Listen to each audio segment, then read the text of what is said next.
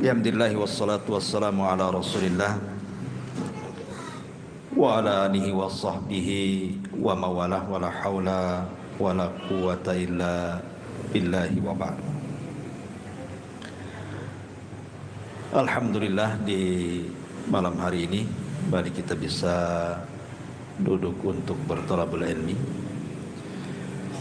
dan meneruskan kajian kita tafsir dari surah-surah pendek dalam juz Amma. Kalau tidak salah kita masuk pada surah An-Nasr. Ma'asyiral muslimin wal muslimat rahimani wa rahimakumullah. Surah Nasr ini adalah surat yang turun yang paling akhir dan sempurna satu surat. Jadi kalau surat yang terakhir turun, kalau ditanya apa surat yang terakhir turun, maka jawabannya Suratul Nasr. Tapi kalau ayat yang terakhir turun, ada yang mengatakan surah Al-Maidah ayat 3, Al-yawma akmaltu lakum dinakum wa atmamtu alaikum ni'mati wa raditu lakumul islam madina. Ada yang mengatakan surah Al-Baqarah, wattaqu yawman turja'una fihi ilallah.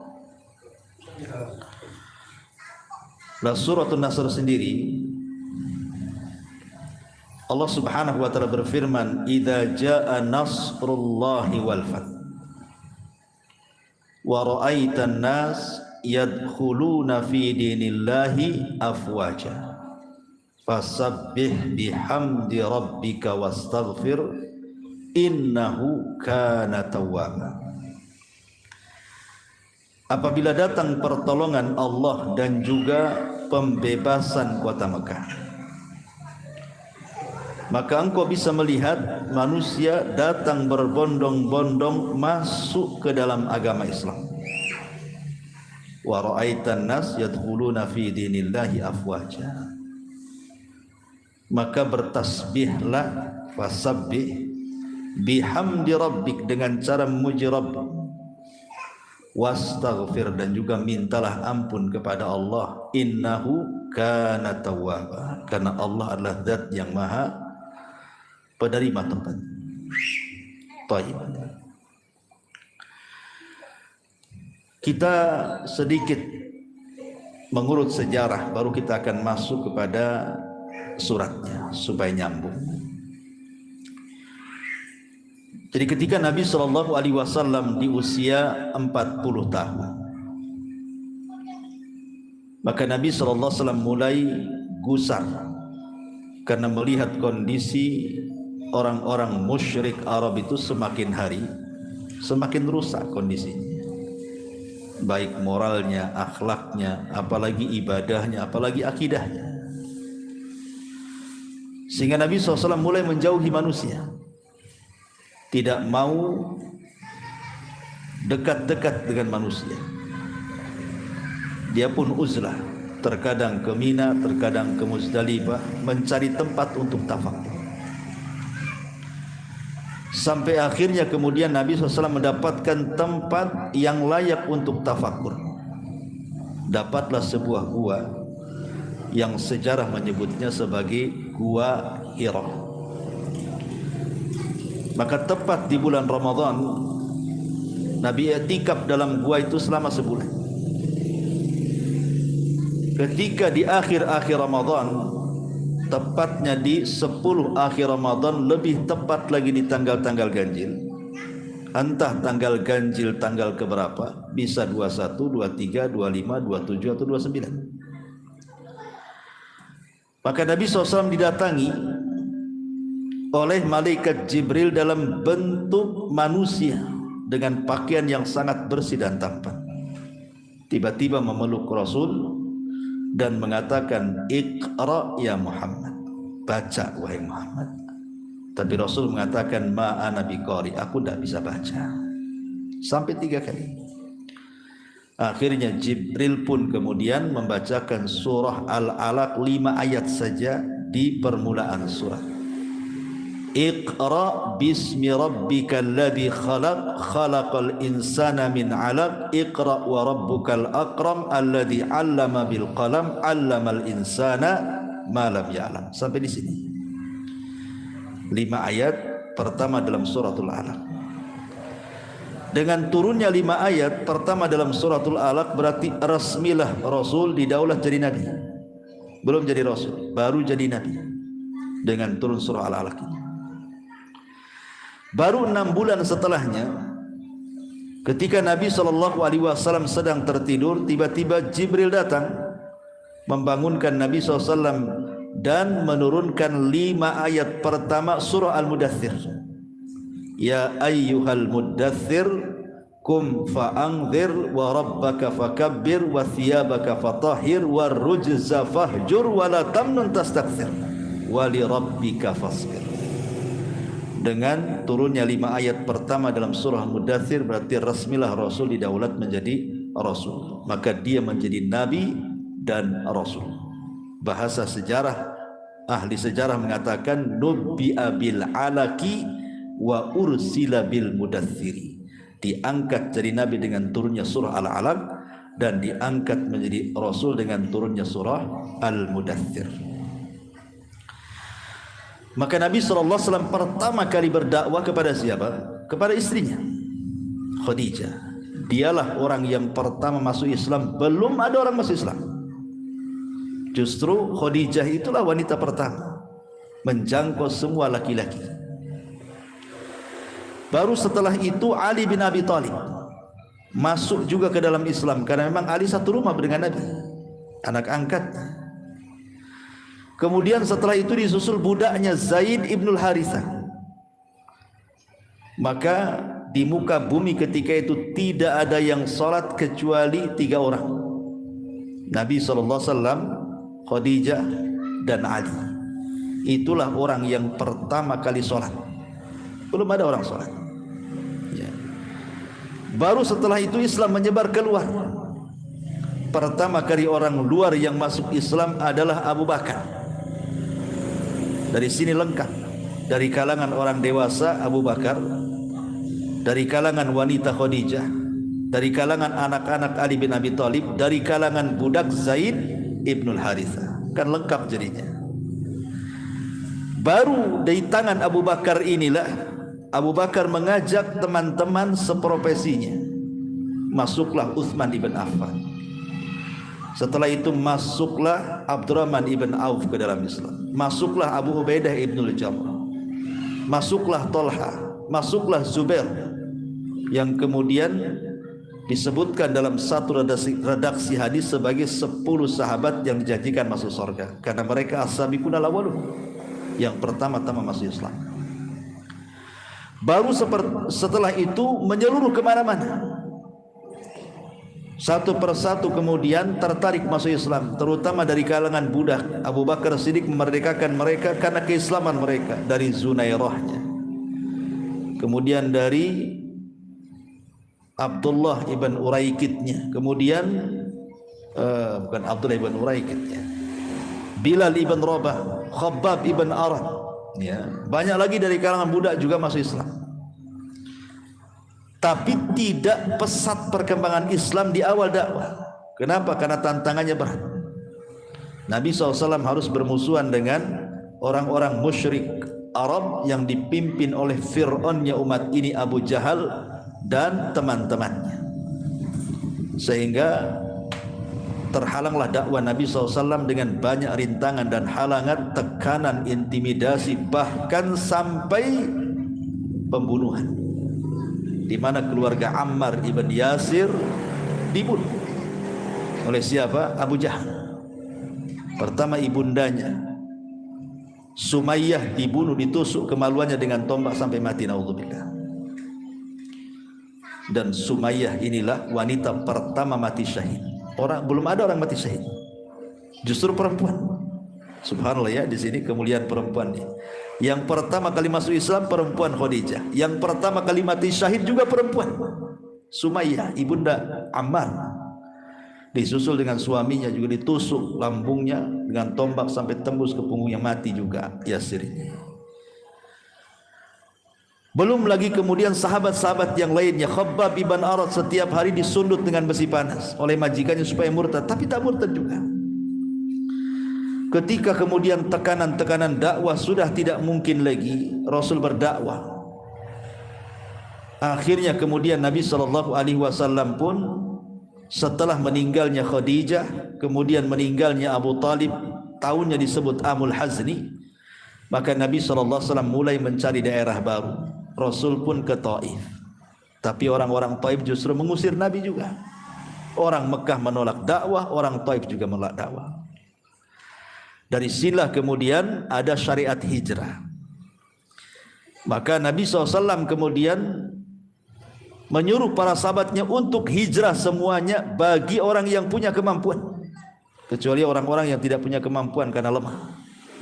Maka sebagian besar sahabat hijrah ke kota Madinah, termasuk yang hijrah ke Habasyah pun suruh pulang dan bergabung ke kota Madinah. Di Madinah inilah maka kekuatan Nabi SAW semakin hari semakin bertambah. Tapi masalahnya Rasul dihadapkan dengan musuh baru, orang-orang Yahudi. Kalau di Mekah kan orang-orang musyrik, di Madinah pula musuhnya tambah orang-orang Yahudi. Sementara orang-orang musyrik Arab masih tetap saja walaupun Rasul sudah di Madinah. Tetapi dengan izin Allah Subhanahu wa taala, Islam dengan mudah tersebar di kota Madinah. Kenapa? Karena penduduk Madinah itu hatinya lebih lembut dibandingkan penduduk Mekah. Tentu ada sejarahnya, karena penduduk Madinah itu mereka bukan asli Madinah, tapi mereka para perantau dari Yaman. Dua kabilah besar, Khazraj dan Aus itu kan kakek buyut mereka dari Yaman. Dan Yaman itu dikenal dalam sejarah, kata Rasul, araqqu qulub, lembut hatinya. Makanya mudah menerima Islam, sehingga dua kabilah besar dengan sekejap saja semua masuk Islam, Khazraj dan Aus itu, yang belakangan disebut Ansar. Sementara orang-orang Muhajir itu tidak banyak jumlahnya. Lah sampai akhirnya disyariatkan jihad karena orang-orang musyrik masih merongrong juga. Allah Subhanahu wa taala akhirnya mensyariatkan jihad kepada Rasul. Lah perang pertama yang dilakukan Rasul adalah perang Badar. Itulah yang Allah katakan dalam surat An-Nasr, idza jaa nasrullah, apabila datang pertolongan Allah. Di mana? Di Badar. Kalimat Nasrullah ini isyarat ke perang Badar. Perang Badar ini sebenarnya tidak ada niat Rasul dan para sahabat itu untuk perang, karena tujuannya bukan perang sebenarnya. Tujuannya itu Rasul mendapatkan kabar dari mata-mata, dari jasus, bahwa ada kafilah Abi Sufyan yang membawa dagangan. Sebagian besar orang-orang musyrik Quraisy ini dibawa dagangannya oleh Abi Sufyan dari Syam menuju Mekah. Sementara jalurnya harus melewati Madinah, karena nggak ada jalur lain. Jalur perdagangan itu semua lewat Madinah.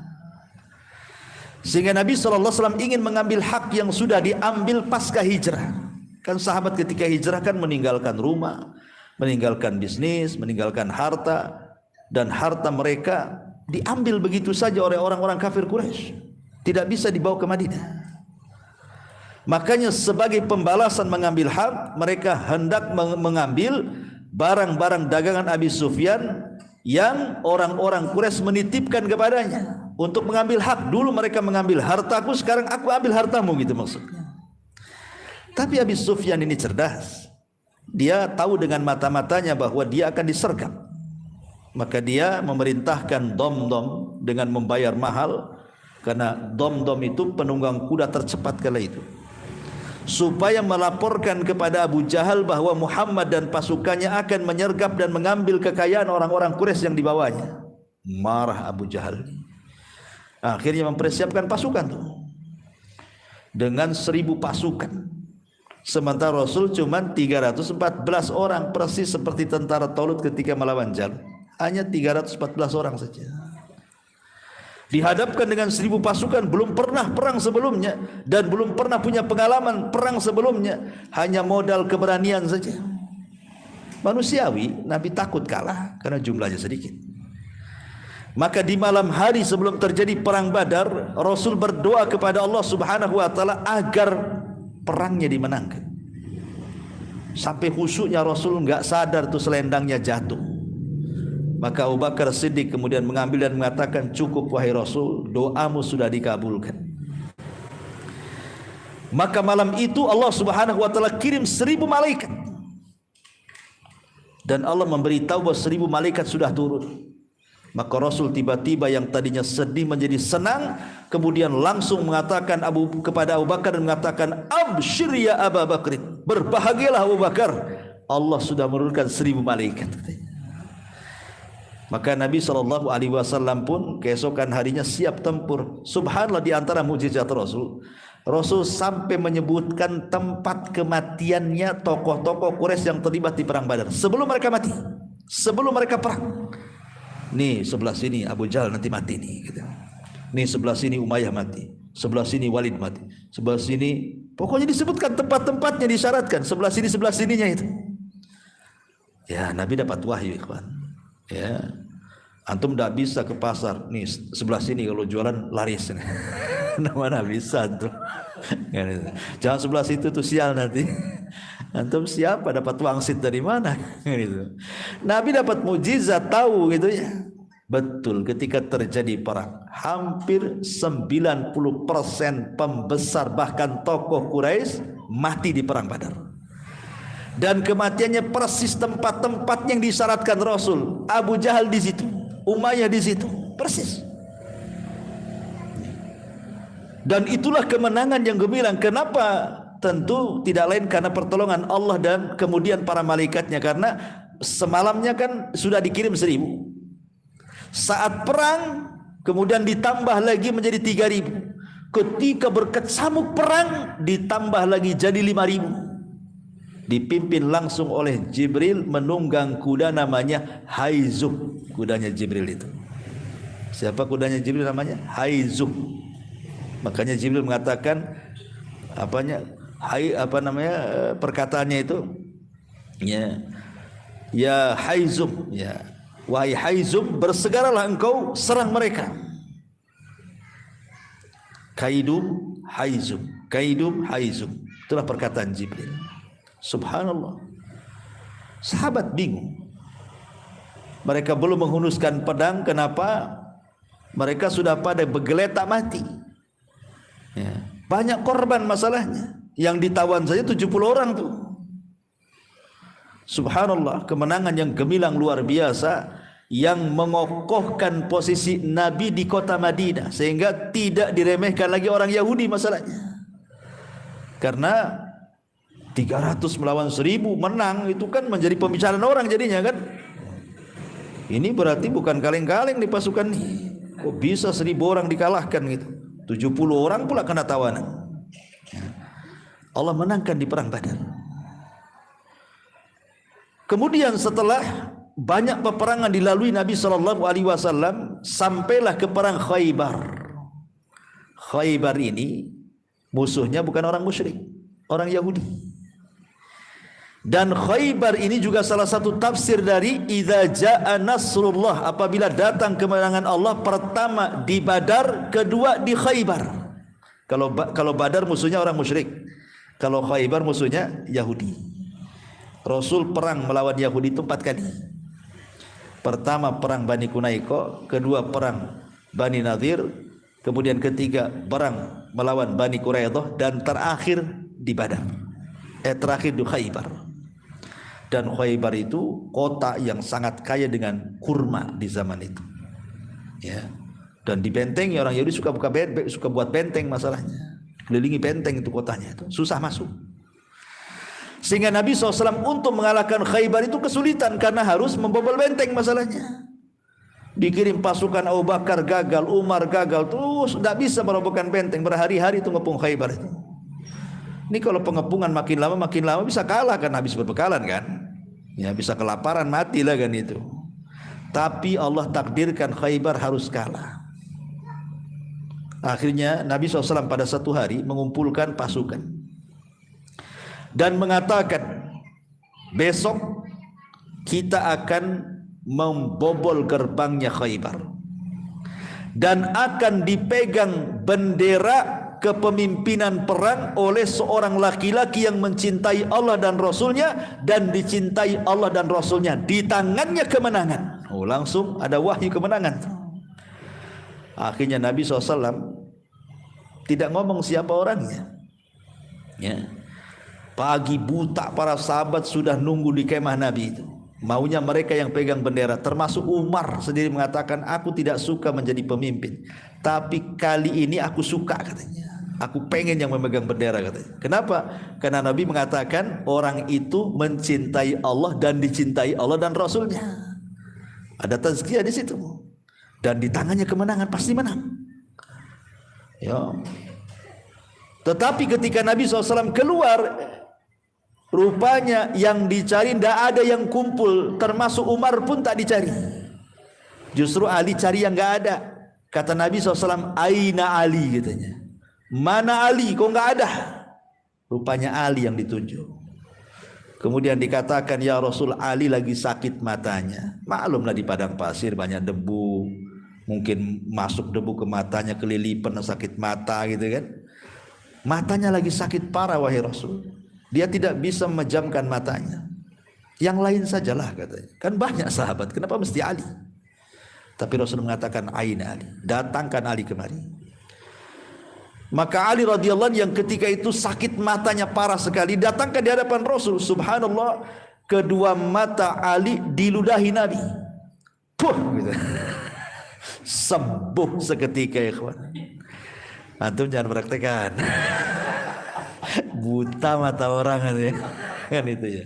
Ini mukjizat ya, mukjizat Rasul meludahi kedua mata Ali, langsung Ali itu matanya sembuh bahkan lebih terang daripada sebelumnya. Itulah mukjizat menyembuhkan dengan air ludah Nabi.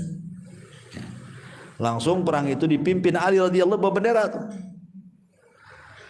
Lah ketika berhadapan di tentara Khaybar ini, yang kokoh, yang kuat itu yang orang Yahudi kan punya ilmu, cerdasan itu. Maka adalah pegulat hebat Yahudi itu namanya Marhab. Itu kalau gulat tidak pernah dikalahkan. Dan perang di zaman itu tidak langsung main perang. Harus ada adu tanding dulu. Mana jagoanmu nih, jagoan gua. Tarung dulu masing-masing jagoan sampai mati. Ya, begitu caranya.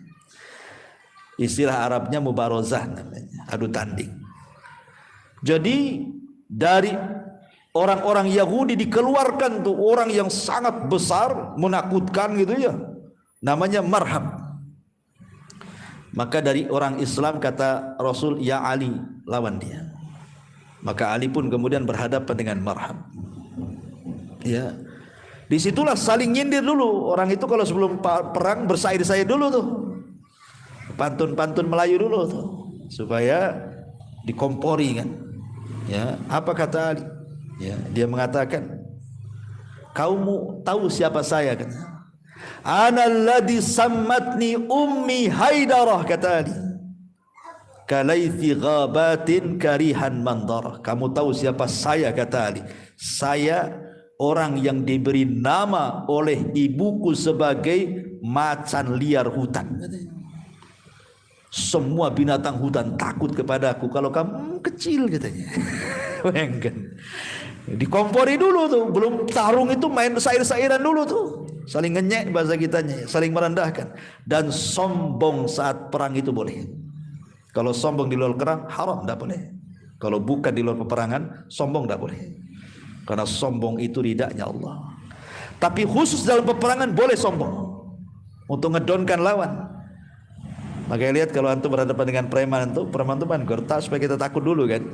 Ya, gerta dulu. Kutusuk padahal pisaunya udah masuk tuh. Bilang kutusuk, pisaunya udah masuk perut pula kan itu. Jadi akhirnya kemudian bergulatlah Ali dengan Marhab ini. Dengan sekejap Ali mampu mengalahkan Marhab. Yang ini jagoannya. Ketika jagoannya tumbang otomatis yang lainnya kan keder jadinya kan. Disitulah Nabi SAW berhasil kemudian mengalahkan Khaybar. Subhanallah. Sehingga orang-orang Yahudi tidak boleh ada yang tinggal di kota Madinah. Harus keluar. Ya, sejak itu tidak ada orang Yahudi di Madinah. Karena pengkhianatan mereka. Bukan Rasul mengusir mereka. Mereka yang salah berkhianat. Maka inilah kemenangan kedua dalam Islam yang disebutkan dalam surat An-Nasr. Idza jaa nasrullah, maksudnya di Badar, dan yang kedua di Khaybar. Karena beda musuh di sini. Kemudian Allah mengatakan wal fath. Idza jaa nasrullahi wal fath. Fath itu artinya kemenangan, pembebasan. Dan yang dimaksud al-fath di sini adalah Fathu Makkah, pembebasan kota Mekah. Jadi ketika Nabi SAW masih terikat dengan perjanjian Hudaybiyah, tidak boleh saling serang, tidak boleh saling menyerang, dan siapapun kabilah boleh bergabung dengan Quraisy atau dengan tentara Nabi gitu ya. Rupanya kabilah-kabilah kecil itu berkhianat. Disitulah akhirnya ada kabilah yang pro Nabi diserang mendadak malamnya. Padahal masih di atas perjanjian itu. Kalau tidak salah kabilah Bani Bakar. Kemudian datang kepada Rasul mengadu bahwa kabilahnya diserang, banyak yang dibantai penduduknya. Maka Rasul pun marah, berdiri dan mengatakan, Nusir, Nusir, kata Rasul, engkau akan ditolong, engkau akan ditolong. Marah Nabi. Maka Rasul mempersiapkan pasukan besar. Untuk apa? Menyerbu Mekah. Mereka sudah berkhianat. Mereka sudah merobek perjanjian. Maka Nabi mau pasukan banyak mengarah ke Mekah. Subhanallah. Padahal sebelumnya orang Mekah ini sudah ketakutan. Ngelobi Rasul lewat Abi Sufyan gak berhasil. Tetap saja Rasul mengirim pasukan besar ke Mekah. Ketika sampai di Mekah, semua dikepung Mekah itu. Gak ada yang berani. Subhanallah. Sampai Nabi SAW mengatakan, siapa yang masuk Masjidil Haram dia aman. Siapa yang masuk ke rumahnya kemudian mengungsi dia aman. Siapa yang masuk ke rumah Abi Sufyan dia aman. Orang-orang yang masih ragu-ragu apakah Rasul itu Nabi atau bukan. Kan ada orang yang yakin dia Nabi langsung masuk Islam. Ada orang yang ragu-ragu masih ditahan keislamannya. Ada yang memusuhi Nabi, memang gak yakin dia Nabi dan dia Islam, dia membawa Islam. Lah yang ragu-ragu tentang keislaman ini, tentang kerasulan Rasul itu, mereka ngintai dari kejauhan kabilah-kabilah itu.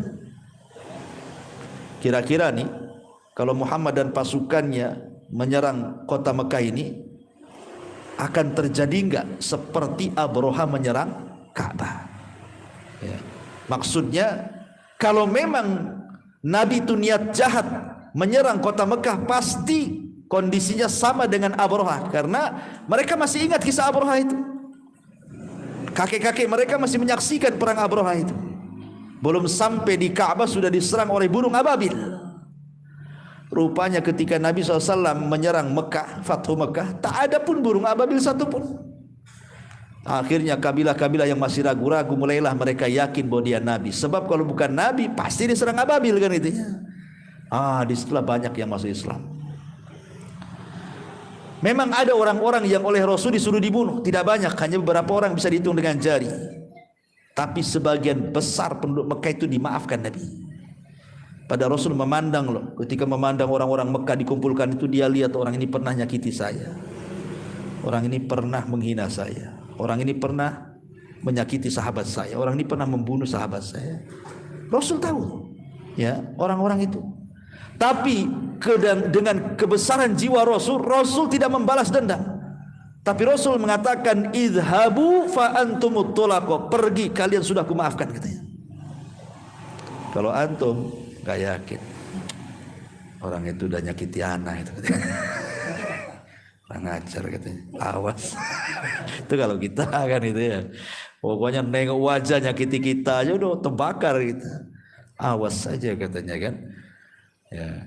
Jadi itulah bagaimana watak Rasul, sifat Nabi SAW. Terkadang satu pelajaran bagi kita bagaimana Nabi itu tidak membalas orang yang menyakitinya, karena tujuan dia bukan melayani orang yang menyakitinya, tujuan dia itu merangkul supaya orang-orang itu masuk ke agamanya. Ada tujuan besar daripada melayani orang yang menyakiti dia.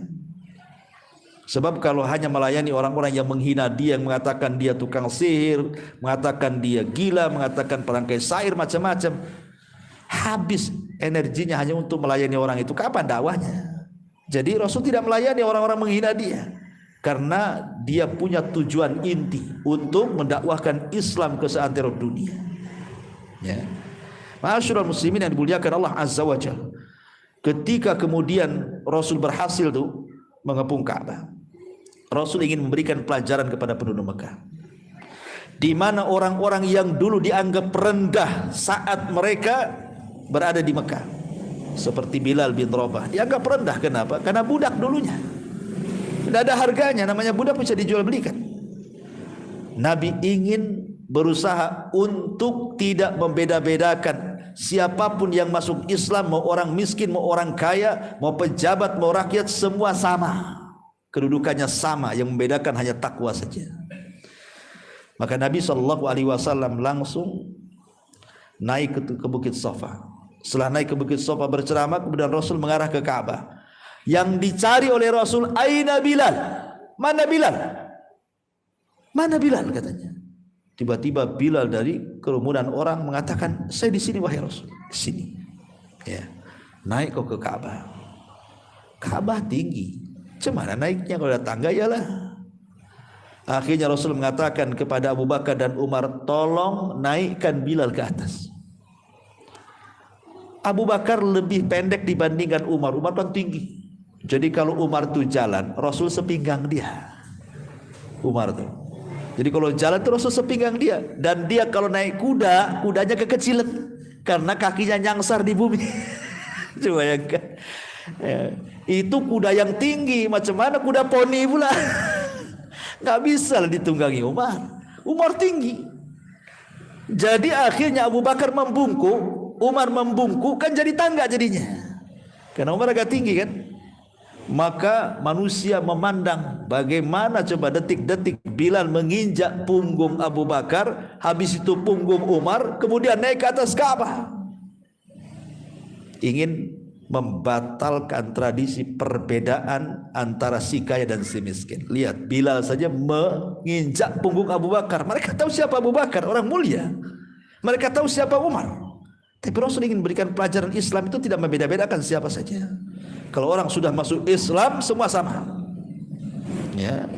Bahkan orang hina menjadi mulia, dan orang mulia kalau masuk Islam tambah kemuliaannya. Tapi sebaliknya, kalau dia tidak masuk Islam, semulia apapun jadi hina, apalagi orang hina makin hina lah. Kalau nggak masuk Islam, ya, naik Bilal ke atas, azan dia di atas. Itulah azan pertama, Bilal bin Rabah. Ya. Ma'asyiral muslimin yang dimuliakan Allah Azza wa Jalla. Setelah itu Rasul masuk dengan Bilal ke dalam Ka'bah, kemudian salat 2 rakaat. Kemudian Nabi SAW beberapa hari tinggal di Mekah, dan setelah itu pulang ke kota Madinah. Setelah peristiwa Fathu Mekah ini, subhanallah, berkahnya apa? Dari mana-mana kabilah datang masuk Islam. Dari mana-mana, terutama dari Yaman yang paling banyak. Sampai kabilah Nasrani, kabilah Nejron pun datang ke Rasulullah. Walaupun mereka harus berdebat dulu untuk masuk Islam, tapi belakangan satu Nejron masuk Islam. Lah, tahun itulah disebut tahun Wufud namanya. Ini hikmah setelah terjadi Fathu Mekah. Aku dari mana-mana datang masuk Islam, coba. Ya, karena Rasulullah SAW ketika pertengahan perjanjian Hudaybiyah antara Fathu Mekah kan sudah menyurati itu raja-raja tuh. Dia surati Raja Romawi suruh masuk Islam, dia surati Raja Persia suruh masuk Islam, dia Raja Mesir Muqawqis suruh masuk Islam, Najasyi Ethiopia suruh masuk Islam, kan itu. Ada yang dirobek suratnya seperti Kisra, ya, orang-orangnya Persia. Raja Persia kan merasa Tuhan dia. Ketika dapat surat dari Nabi, marah, dirobek dia. Makanya Rasul mengatakan, sebagaimana dia sudah merobek suratku, semoga Allah robek kerajaannya.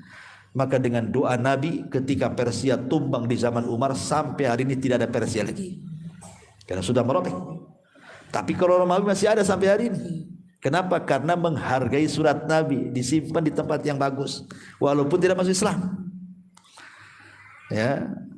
Adapun Mesir juga tidak mau masuk Islam, Muqawqis, tapi mengirim hadiah berupa 2 orang budak namanya Maria Kiptia dan Sirin. Maria Kiptia digauli Nabi, punya anak Ibrahim. Dan Sirin diberikan kepada juru syairnya Rasul Hasan ibn Thabit dan seorang tabib untuk merawat Nabi. Tapi tabibnya disuruh balik lagi. Apa kata Rasul? Ngapain kirim dokter ke sini? Kami kaum yang terbiasa lapar, kami makan sebelum kenyang. Kami, iyalah betul, makan sebelum kenyang. Ya. Kami tidak makan sampai kami lapar dan kami berhenti sebelum kenyang, kata Rasul.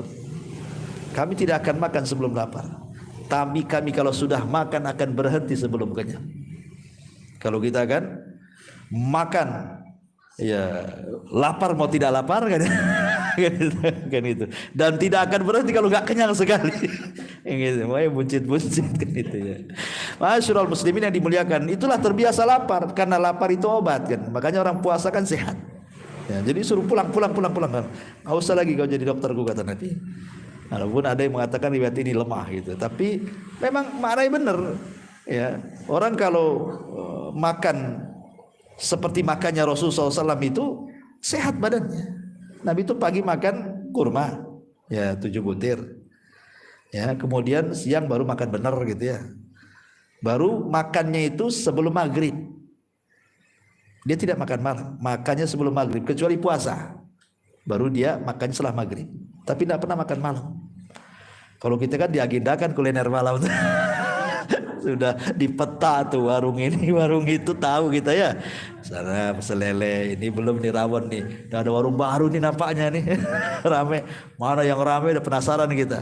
Ya, pas makan gak enak, gak bisa diulang katanya. Gitu. Ya. Ma'asyiral muslimin yang dimuliakan Allah Azza wa Jalla. Intinya bahwa setelah Fathu Mekah ini luar biasa, dari mana-mana masuk Islam. Itulah firman Allah Azza wa Jal, wa ra'aitan nas yadkhuluna fi dinillahi afwaja. Kau lihat bagaimana manusia dari mana-mana berduyun-duyun masuk ke dalam Islam. Luar biasa. Ya. Kemudian Allah tutup ayatnya, fasabbih bihamdi rabbik. Bertasbihlah dengan memuji Rabbmu, wastaghfirhu, dan mintalah ampun kepada Allah, innahu kana tawwaba, karena dia zat yang maha pengampun lagi maha pengasih. Makanya di ujung usia-usia Rasul ketika tua, maka Rasul SAW karena sudah diberikan kemenangan, Mekah dan Madinah sudah dikuasai, dari mana-mana datang masuk Islam, sudah tidak ada musuh lagi, yang ada kedamaian. Makanya Rasul terbiasa mengganti bacaan ruku dan sujudnya dengan subhanakallahumma wa bihamdika Allahumma firli. Itulah yang dibaca Rasul. Ya, karena sudah mendapatkan kemenangan. Subhanakallah bihamdika Allahumma firli, baik dalam sujud ataupun dalam rukunya. Surah An-Nasr ini pertama ada khabar, ya. Diawali dengan khabar, idza jaa nasrullahi wal fath. Apabila datang kemenangan Allah. Ya. Kemudian di situ ada doa, di mana Nabi SAW, di mana Allah mengatakan idza jaa nasrullahi wal fath, ada amr, bukan khabar, kemudian amr, perintah. Fasabbih bihamdi rabbika wastaghfir. Jadi satu hari di zaman Amirul Mukminin Umar bin Khattab radhiyallahu anhu, Umar itu hendak rapat para menteri. Memang para pejabat Umar itu mau rapat, khusus para pejabat saja. Ya, kibarus sahabat, tentunya sahabat-sahabat kibar.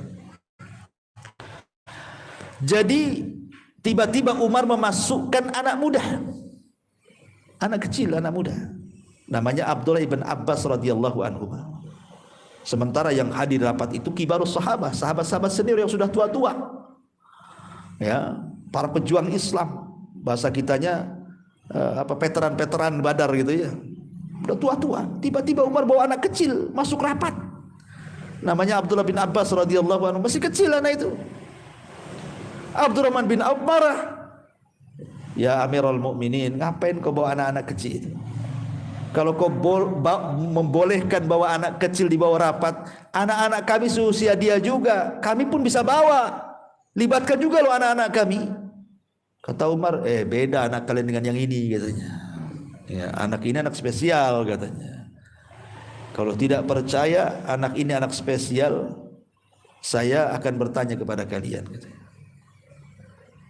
tentang makna idza jaa nasrullahi wal fath wa ra'aitan nas yadkhuluna fi dinillahi afwaja fasabbih bihamdi rabbika wastaghfir innahu kana tawwab. Coba tafsirkan oleh kalian, apa maksudnya tuh? Maka para sahabat mereka kan mentafsirkan zahirnya ayat, letterlek bahasa kitanya. Oh, itu ayat itu maksudnya begini, wahai Amirul Mukminin, apabila datang kemenangan dalam peperangan, ya kan, maka sebagai syukurnya kita harus bertasbih dan istighfar. Ya, jadi kalau kita perang kemudian kita menang, maka sebagai rasa syukurnya kita harus bertasbih dan juga beristighfar.